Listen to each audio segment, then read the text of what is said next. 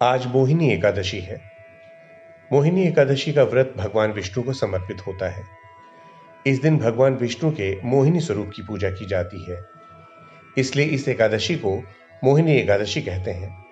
हिंदू पंचांग के मुताबिक यह व्रत वैशाख मास के शुक्ल पक्ष की एकादशी तिथि को रखा जाता है। एक बार धर्मराज युधिष्ठिर ने श्री कृष्ण से पूछा, हे कृष्ण, वैशाख मास के शुक्ल पक्ष की एकादशी का क्या नाम है तथा इसकी कथा क्या है? इस व्रत की क्या विधि है? ये सब विस्तार पूर्वक बताइए। श्री कृष्ण कहने लगे कि हे धर्मराज, मैं आपसे एक कथा कहता हूं जिसे गुरु वशिष्ठ ने श्री रामचंद्र से कही थी। एक समय श्री राम बोले कि हे गुरुदेव, कोई ऐसा व्रत बताइए जिससे समस्त पाप और दुख का नाश हो जाए। मैंने सीता जी के वियोग में बहुत दुख भोगे हैं। महर्षि वशिष्ठ बोले, हे राम, आपने बहुत सुंदर प्रश्न किया है। आपकी बुद्धि अत्यंत शुद्ध तथा पवित्र है। वैशाख मास में जो एकादशी आती है उसका नाम मोहिनी एकादशी है।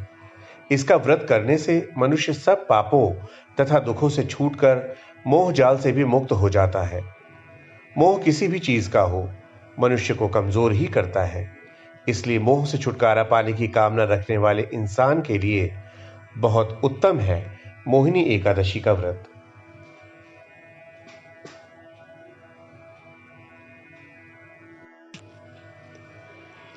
मित्रों, इस तिथि और व्रत के विषय में एक कथा कही जाती है। सरस्वती नदी के रमणीय तट पर भद्रावती नाम की सुंदर नगरी थी। वहां धृतिमान नामक राजा, जो चंद्रवंश में उत्पन्न और सत्य प्रतिज्ञ थे, राज्य करते थे। उसी नगर में एक वैश्य रहता था जो धनधान्य से परिपूर्ण समृद्धशाली था। उसका नाम था धनपाल। वो लोगों के लिए कुएं, मठ, बगीचे, पोखरे और घर बनवाया करता था। भगवान की विष्णु की वो भक्ति में हमेशा तल्लीन रहता था। उसके 5 बेटे थे, सुमना, द्युतिमान, मेधावी, सुकृत तथा धृष्टबुद्धि। उनमें धृष्टबुद्धि ही सबसे ज्यादा दुष्ट था। वो तमाम तरह के दुर्व्यसनों में लिप्त रहता था। पिता ने एक दिन तंग आकर उसे घर से निकाल दिया। भटकता हुआ धृष्टबुद्धि महर्षि कौंडिन्य के आश्रम जा पहुंचा। उसने उनसे विनती करी और मुक्ति का मार्ग पूछा। कौंडिन्य बोले, वैशाख के शुक्ल पक्ष में मोहिनी नाम से प्रसिद्ध एकादशी का व्रत करो। मोहिनी का उपवास करने पर प्राणियों के अनेक जन्मों के किए हुए मेरु पर्वत जैसे महापाप भी नष्ट हो जाते हैं। धृष्टबुद्धि ने ऐसा ही किया।